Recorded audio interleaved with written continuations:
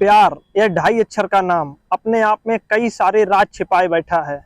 दुनिया का शायद ही ऐसा कोई व्यक्ति होगा जिसे कभी ना कभी किसी न किसी से प्यार ना हुआ हो, क्योंकि प्यार ईश्वर का दिया हुआ वह वरदान है जो दो दिलों को जोड़ता है, उनमें जज्बातों को पैदा करता है।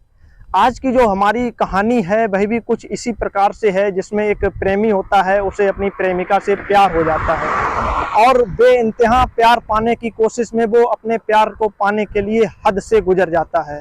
तो आदाब, नमस्कार, वंदे मातरम। मैं राहुल अवस्थी स्वागत करता हूं आपका। आज की जो हमारी सच्ची कहानी शुरू होती है वह उत्तर प्रदेश के फर्रुखाबाद जनपद से शुरू होती है, जहां एक व्यक्ति होता है जिसका नाम जमाल होता है, मोहम्मद जमाल।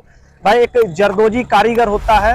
फर्रुखाबाद में जरदोजी का कार्य जो है वह बहुत बड़े पैमाने पर किया जाता है और जरदोजी के काम में जैसे कि हम शादी विवाह में जो लहंगे वगैरह पहनते हैं तो उसकी जो कढ़ाई का काम होता है उसे हम जरदोजी का काम बोलते हैं। तो वह जरदोजी कारीगर होता है और उसे फेसबुक पर एक लड़की से प्यार हो जाता है। धीरे धीरे बातचीत शुरू होती है और बातचीतों का सिलसिला बढ़ता है और मीठी मीठी बातें शुरू हो जाती हैं और उन मीठी मीठी बातों के बाद दोनों में जज्बात जुड़ने लगते हैं और उनमें प्यार पैदा होने लगता है और प्यार हो जाता है। धीरे धीरे जब प्यार परवान चढ़ता है, जब सुबह होती है तब उससे बात होती है अपनी माशूका से, शाम होती है तब माशूका की याद आती है और धीरे धीरे बातों का सिलसिला जब ज़्यादा बढ़ जाता है तो मिलने की चाहत भी सताने लगती है।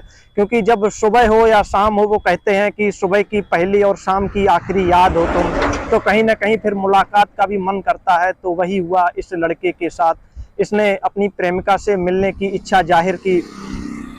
तो प्रेमिका ने जब अपने बारे में बताया कि वह दूसरे देश की है तो लड़का पहले तो झिझका, लेकिन उसका प्यार सच्चा था और उसने प्यार पाने के लिए प्रेमिका से मिलने की हामी भर दी।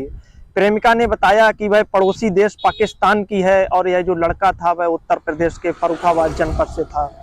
तो दोनों ने एक दूसरे से मिलने के लिए जब हामी भर दी, उसके बाद में लड़के ने अपने परिवार वालों को लड़की के बारे में बताया और उसके बाद में लड़का अपनी प्रेमिका और अपनी माशूका से मिलने के लिए पाकिस्तान के लिए रवाना हो गया।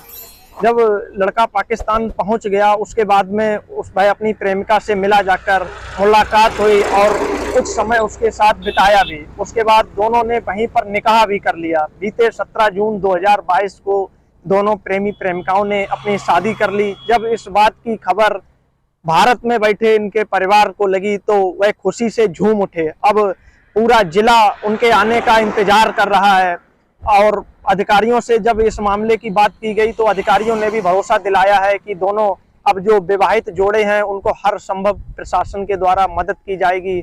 और प्रशासन ने यह भी बताया है, जो अधिकारी थे उन्होंने यह भी बताया है कि जो नवविवाहित प्रेमी युगल जिन्होंने अभी शादी कर ली है, जो युवती पाकिस्तान से भारत आएगी उसको 1 साल का अस्थायी वीजा भी दिया जाएगा, जो कि 3 साल तक बढ़ाया जाएगा। इसी दौरान वह हिंदू मैरिज एक्ट के तहत, जो स्पेशल हिंदू मैरिज एक्ट होता है उसके तहत उनकी जो शादी हो गई है उसी के तहत उनको भारतीय नागरिकता के लिए भी वो आवेदन कर सकते हैं और उन्हें भारतीय नागरिकता भी दे दी जाएगी। जो लड़के के पिता होते हैं उनका नाम होता है अलीमुद्दीन।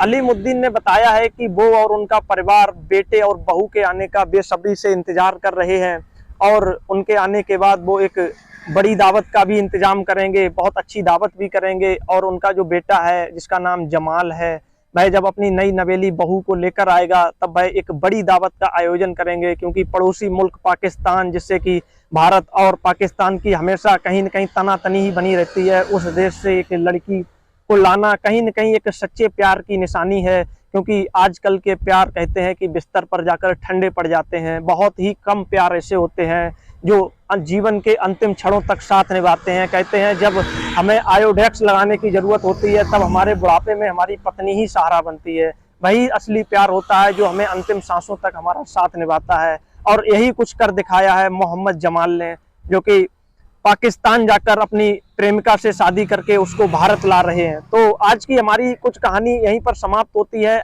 अगली कहानी हम लेकर आएंगे एक नई सच्ची कहानी। अगर आपके भी पास कोई ऐसी ही कोई कहानी हो तो आप हमारे व्हाट्सएप पर या हमारे इंस्टाग्राम पर हमें भेज सकते हैं और हम आपको आपकी कहानी को अपनी इस स्टोरी में जरूर शामिल करेंगे। तो मिलते हैं कल एक नई सच्ची कहानी के साथ। तब तक के लिए नमस्कार।